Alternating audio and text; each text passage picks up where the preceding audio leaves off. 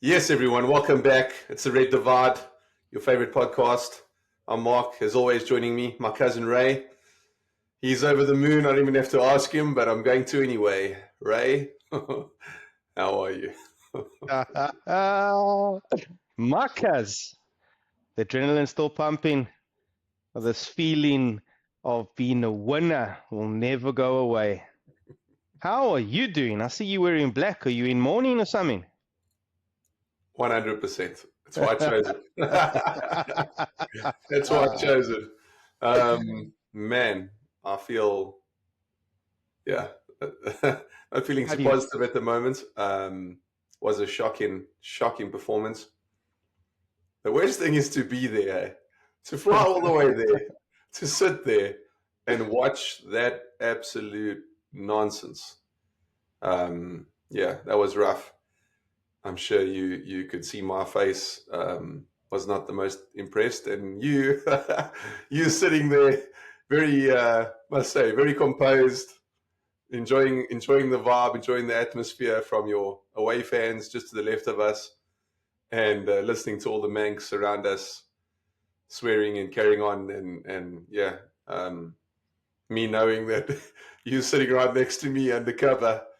Yeah, that was interesting. But United were terrible. We deserved to lose. We could have lost 4 or 5-0. You know what I mean? Um, Easily. but at the same time, Xerxes had some golden opportunities. I He think he's in the did. 6 yard box. Had a header. Should have put that away. Anywhere in the 6 yard box, you should really be putting that away. He also had that chance where he just stretched too far. Ball caught him on the heel and came right back at the goals, but went wide of the goal. So just not our day. And again, you can't rely on just those two because Liverpool had more opportunities where they could have scored. Darwin had a couple of chances. Jota was in once. Yeah, there were chances. So it is what it is, and we'll take our defeat as humbly as possible. Still livid with what I saw, but it is what it is. Well, you know what? It was a huge build up to this game. We've been talking about this for weeks, and just flying out there to Manchester. You and I had a lot of discussions off air about the game and what the score was going to be, working each other up. And we were both convinced that our sides will win. And ultimately, the better, stronger, most Oh, fierce team in England won on the day. I tell you oh, what, it was extremely satisfying at the beginning of the game when the Manx sister was singing and, with all the banter with the Liverpool fans, especially when Liverpool scored the first goal. I had to sit there and pretend, to have no emotion because Liverpool scored, sitting in the away fans, had to be undercover, couldn't give my cover away. Not good for my health. And then they gave the goal, got checked, VAR came back, no goal. Then the Manx went mad. Oh, you dirty scouse cunts, and you live in council houses. And I was like, wow, this hatred is real, man. Watching it from from the telly and being there live and seeing how much hatred there is towards each other, I was actually very surprised. And I must be honest, the first 20 minutes, United looked like they were in there. You guys had a lot of the ball in the first 20 minutes. But then a couple of errors, Casemiro with the error for the first goal. And then the second goal, obviously, Diaz nicking the ball from him. Nice little interplay.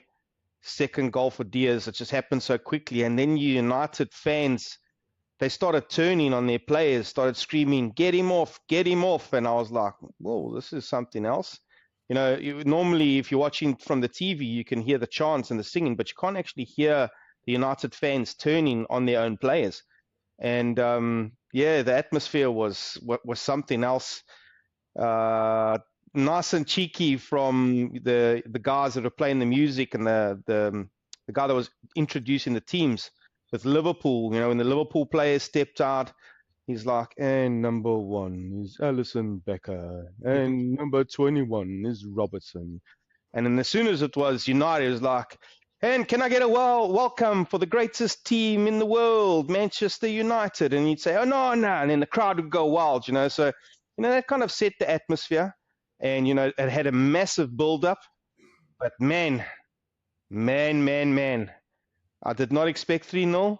And I'm absolutely over the moon that we flew all the way to Manchester and we battered you. Woo!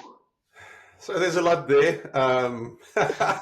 Yeah, look, the atmosphere was amazing for our fans. It will give you goosebumps. You listen to the crowd. You have 70 odd thousand home fans, and they're all screaming and shouting, and all getting together, and it's amazing. It's really good. It's the second time I've been to Old Trafford to watch that same fixture, so I knew what to expect. But it was a nice reminder of the atmosphere of Old Trafford, of the United faithful. It was amazing. The Liverpool, those 2,000 fans, they were so loud that at times it seemed like they were 70,000, 100%. They did such a good job of keeping their team going. But why wouldn't you? You're scoring, you're winning. Why wouldn't you be in full voice, having the time of your lives? And yeah, they were good. Casemiro with that second mistake, which caused the second goal. Yeah, as you said, there were fans saying, get him off now. He's useless. He's this, he's that. Look, Casemiro's won everything there is to win. I just think maybe he's not the player he was. His legs are starting to go. He's a little slower than he was, but on his day he's a great player. But he doesn't have that consistency anymore, I don't believe. So it's probably a blessing that we finally got Ugarte over the line, and he'll come in. He'll be that destroyer, and hopefully with Mainu and Bruno in there, we'll be able to get that ball back. He'll win it, give it to Mainu or Bruno, and we'll start distributing the passes and get some creative play going. But yes, to your point, the first 20 minutes, United looked good. A lot of intricate play, a lot of 1-2s, and I was like, man, the boys are playing possession here. We're trying to show this is our home and we're playing. I was actually happy. I was impressed. And then that mistake, and bang, just like that, a goal. And yeah, not good. When that VAR check went for the other goal that was disallowed with Trent, that was amazing because all the fans went crazy for Liverpool first. Yeah. And as soon as VAR turned that over, you saw the United faithful jump and climb into them. Just you this, you that. Words I won't even mention on video. But it was great. It was amazing and such a great atmosphere until probably that second goal went in. Because the first goal, you still have hope. You think you're going to come back. You think you're going to equalize and it's going to be a game. And that second goal, the same player gives the ball away. It's 2-0. Yeah, no, then it turned for the worse and there was no coming back. And then you're just hoping at halftime, Ten Hag starts throwing some boots around like Fergie used to do, and just give that hair dry treatment, and hopefully the guys come out ready to play. But they didn't seem to have that energy. They didn't have that drive. They didn't have that passion that I'm playing for United and we're playing against our biggest rivals here. Let's show them this is our home. I didn't see a whole lot of that. Rashford, man, I don't know what's gone wrong with that guy. The last season and some change now with the new season starting, same attitude, bored, walking around, not working hard, doing the basics. Like he's a shadow of the player he used to be. So either he needs to find some form real quick, or I can see him leaving the club because he's just not contributing anyway. You know what I mean? It's not like he used to be. It's not that season where he banged in 20 odd goals. He just hasn't been the same since. It's just not good enough. So yeah, and then of course, Kobe Mainu lost the ball, and I think I wasn't sure if it was Diaz. McAllister. McAllister won it, gave it to look like Szoboszlai. That's Szoboszlai right. fed Salah. Salah first time finish. I still finish. think Onana should have got there because it wasn't in the corner. I watched it a few times, on replay because I'm like, live, it's like bang, geez, just like that. Yeah. And again, that's only, in all honesty, Onana only has that 1 second to react. You know what I mean? So when you watch a replay, it's probably easy to say, yeah, he should have got there, this or that, but happened. The thing is, he took it first time. If you look at all the goals, everything, there wasn't a touch taken. So with the first goal, obviously it was a header, well-worked move. Second goal, Diaz came straight to him, straight finish, not even a touch or anything. And the third goal as well, straight pass, first finish, not even take a touch. So He probably, Anana probably expected him to take a touch and then go far post because that's his trademark. I think he got caught a little bit off guard with the first time finish into the opposite corner. Mm. But going back to what you're saying after the second goal, the Old Trafford almost became deflated. And like you mentioned earlier, the 2,000 odd Liverpool fans, they almost sounded like the home fans, and they were singing songs. And, at one stage, the atmosphere that the United fans created was almost gone. Quite surprised to see it, live, that, how an atmosphere can change so quickly just based on what's happening on the pitch. But I have to say something that was the most satisfying for me. A couple of things that I need to highlight here. From the 70th odd minutes, the United fans had enough, started going out to the exit. And one of the only other times that you had a smile on your face was in the beginning. Always look on the bright. There we go. When the Liverpool fans, I was going to say that the banter from them was top class.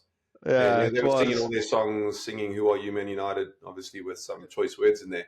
But as you can all go and look on our shorts, and you'll see that, as well as on the vlog that we'll be releasing soon of the whole match day experience.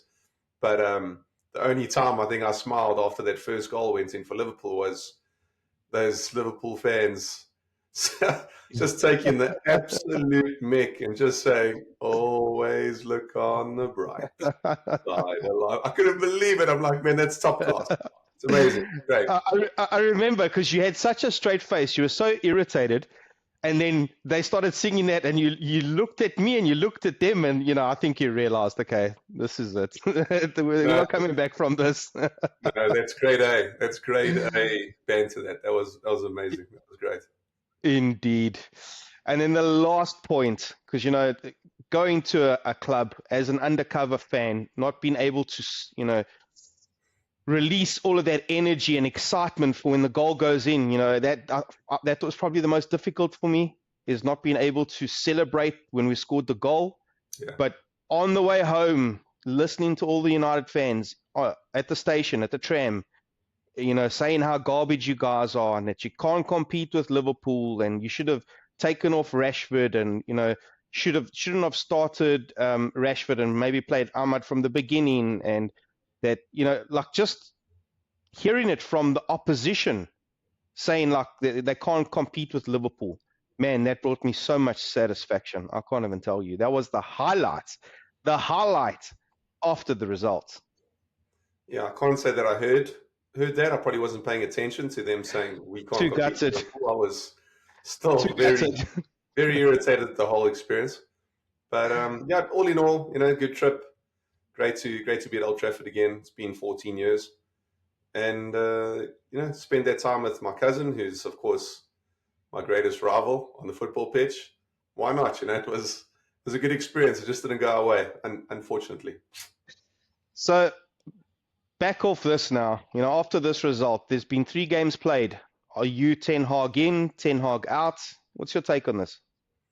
There's a lot of talk at the moment, as you can imagine. 1-1, lost to already 6 points behind the league leaders. So we're falling behind you, and it's not good enough. I am still Ten Hag in for now. Again, seeing that 20 minutes where we looked good, and it was 3 mistakes really that cost us all 3 goals. Losing the ball in the midfield, being wide open then, and having Liverpool, overload and overpower us, get inside the box and score. Without those mistakes, it might be a different game. Xerxes scores, might be a different game. But what happened, and I'd like to give him these games in between the 2 internationals. Yeah. You can't lose a game. Yeah, we have 4 or 5 games now. One might even be in Europe. I'm not quite sure, but we have 4 or 5 games, and depending how those go, will dictate, I think, whether I think he can continue. Because you can't be 12 points behind the league leaders come October 20th or whatever it is. No. Then it's done. The league's done. Say adios, and we got to find a solution. Unfortunately, I don't know who that solution is. I don't know what the best coach would be to take over. I don't want to think like that really. I want Ten Hag to get it right and go from there and fix our form and let's get back at it and start winning. But as you say, we can't afford to to lose another game now, which is tough. After 3 games of the season, you're like, geez, we're stuck. We have to win every game. A lot of pressure.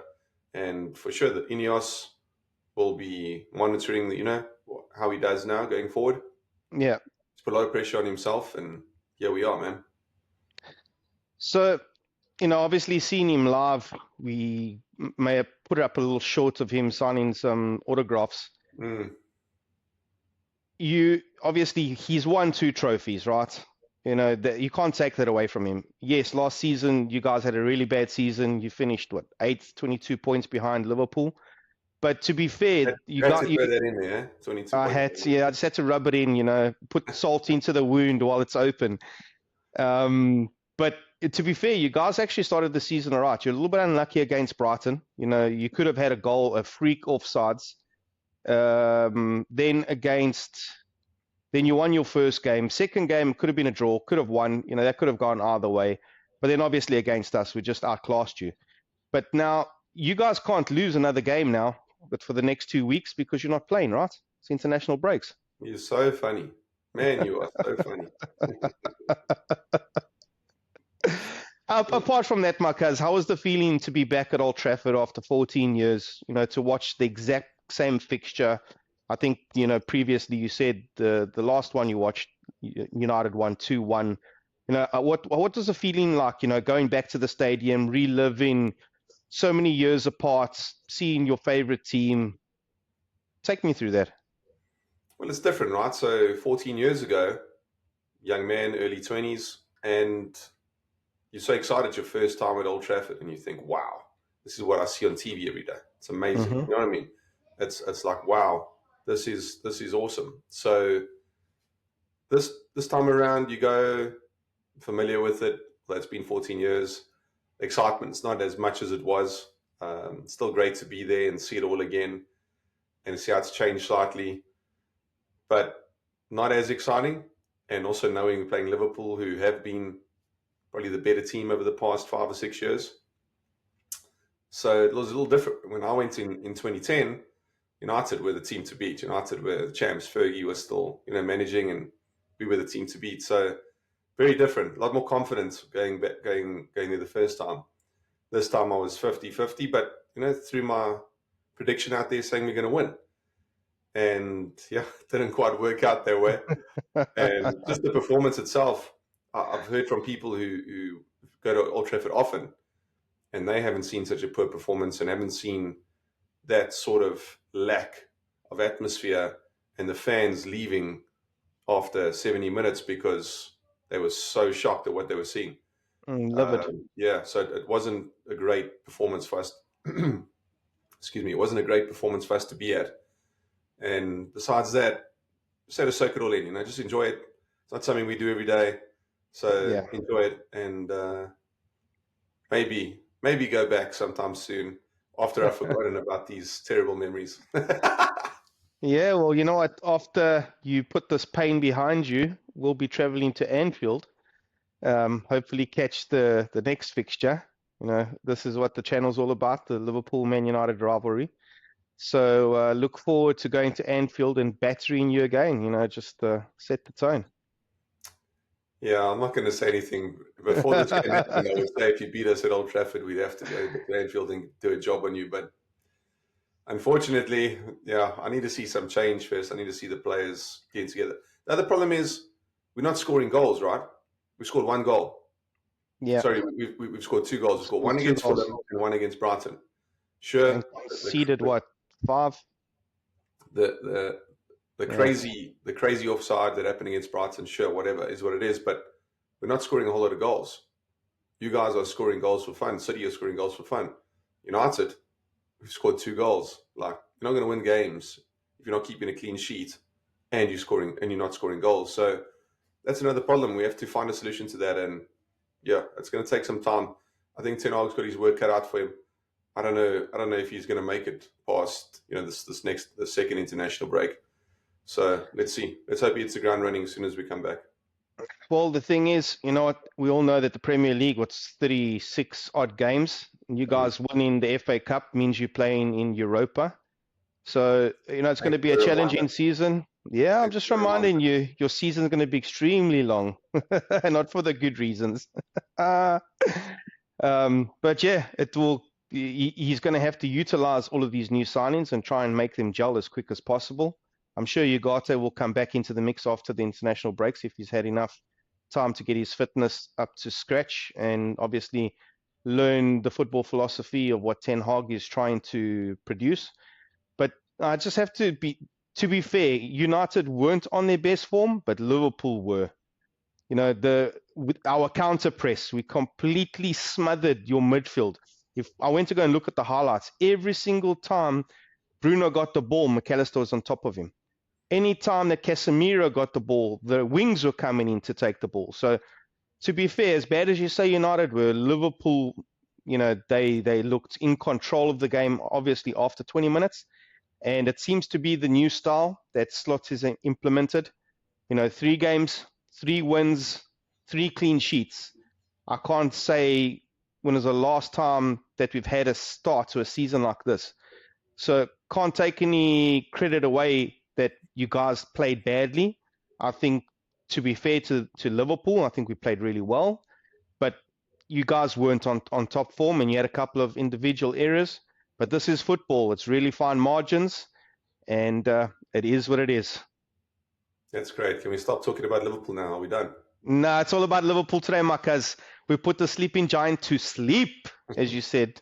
A couple of weeks ago, you were saying the sleeping giant has awakened. Yeah. Oh, that didn't last long. Okay, a little obstacle, hopefully, just a little hurdle, and hopefully we get on that 100-meter sprint real shortly. I don't know about that. Only time will tell. But yeah, what a great experience. You know, after the game, part of our package, you know, we had that buffet and we had the drinks. And just listening to, you know, ex-Man United players in the lobby, you know, after dinner, talk about the game and, you know, the lack of motivation and the lack of wanting to beat your bitter rivals is what gets under his skin, you know.